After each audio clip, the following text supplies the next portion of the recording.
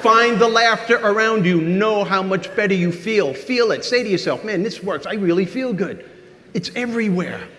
If you go to a gym, there's humor there. I work out almost every day. There was a guy at the gym today. Every gym, almost every time I work out somewhere, and I travel all over the world, there's always one guy in the gym that I call Butt Crack Man. You know what I'm talking about? That's the guy who walks in with these baggy sweats. Everything's fine until he bends over. You know, then it's like, whoop, there it is. Whoop. And you're looking at this thing, and it makes me want to get my Amex card and just swipe it, you know? You just...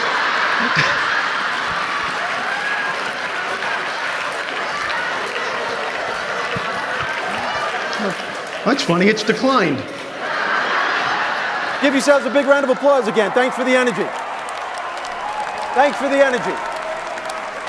How much better do you feel right now that you're laughing? How much better do you feel that you're laughing? That's my point. That's my point.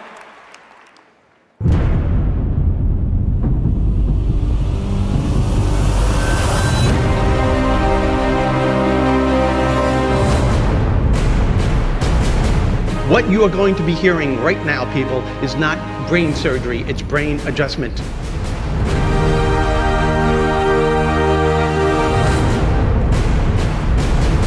The biggest disease in this country is unhappiness. And the reason why people are unhappy is that they're focusing on what they don't have. They're not appreciating what it is that they do have.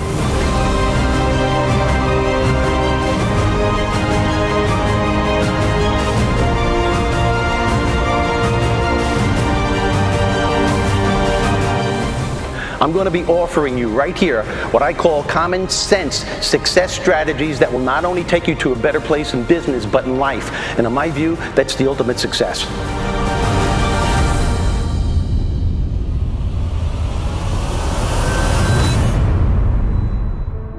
I'm going to share what he had to say with my wife and my friends because he is hysterical and he's right.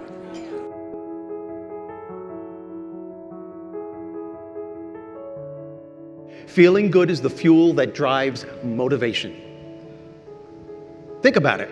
It's absolutely impossible to stay motivated throughout the day if you're harboring negative emotions or if you have a bad attitude during the process. It is. And the reason why people in business consistently fail over and over again, the reason why you may be having trouble achieving your goals, it's not because of the challenges. It's not because you're not smart enough. It's because somewhere along the way, positive momentum ceases.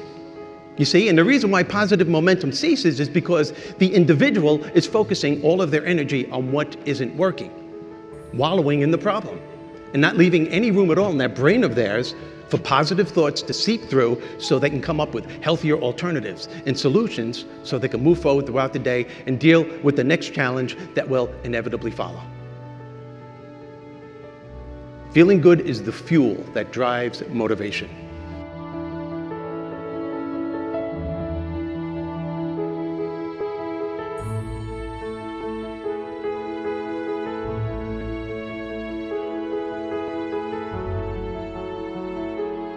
So you tell me, Steve, how is one supposed to feel good when life is bombarding him with this stuff day in and day out?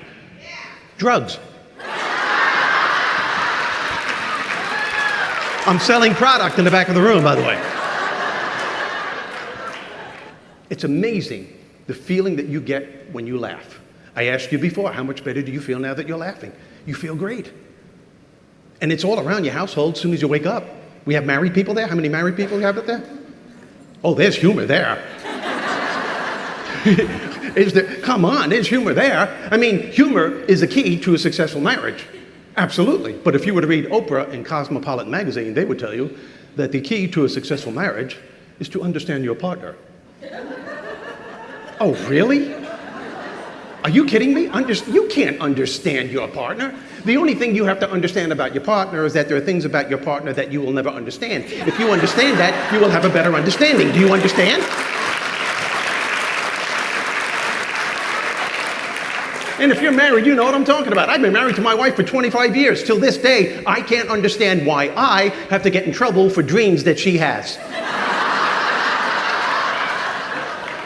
Guys, Guys, you know what I'm talking about? You wake up, good morning, don't good morning me. Well, what happened? I just had a dream that you had an affair with another woman. Guys, really, your response should never be, really, what'd she look like?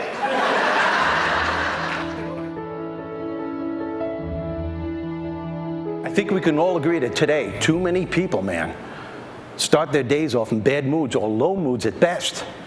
I mean, soon as they open up their eyes, before they even take the covers off, they immediately start focusing on the grueling day they had the day before, all the things that didn't go the way they wanted to go, all the fires that weren't put out.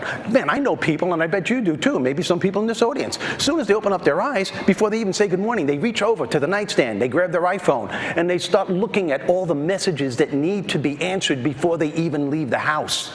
That's insane. Then they start internalizing all the things that have to be done on the coming day. And they can't understand when they're going to work, their energy level is down here. Think about what you're trying to achieve. Think about the label that you have of being the best. To maintain that, your energy level has to be cranked. First of all, why would you want to start your day focusing on what isn't working?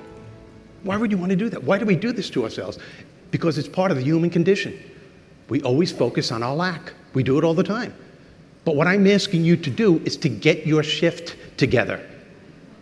In other words, as soon as you open up your eyes, rather than focusing on what isn't working, focus on what you have. Focus on your assets. Focus on the things that you appreciate, the things that you are grateful for. And I don't care who it is or what it is. Maybe you're thinking of the person lying next to you. Maybe it's your children, a particular event that's coming up. Maybe it's the birds singing outside your window, the dog lying by the side of your bed. We could all find something to be grateful for.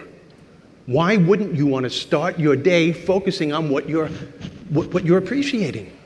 Why do I want you to do this? Because starting your day with an attitude of gratitude simply makes you feel good.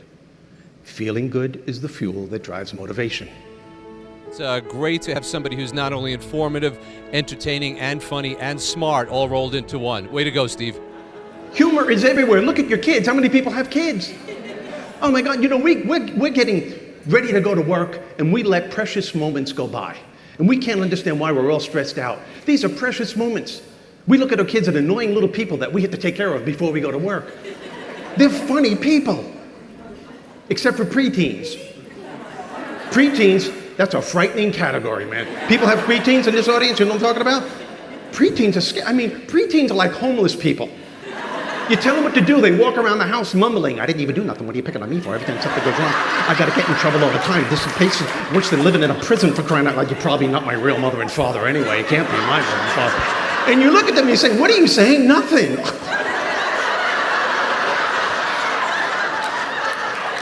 Can't even breathe.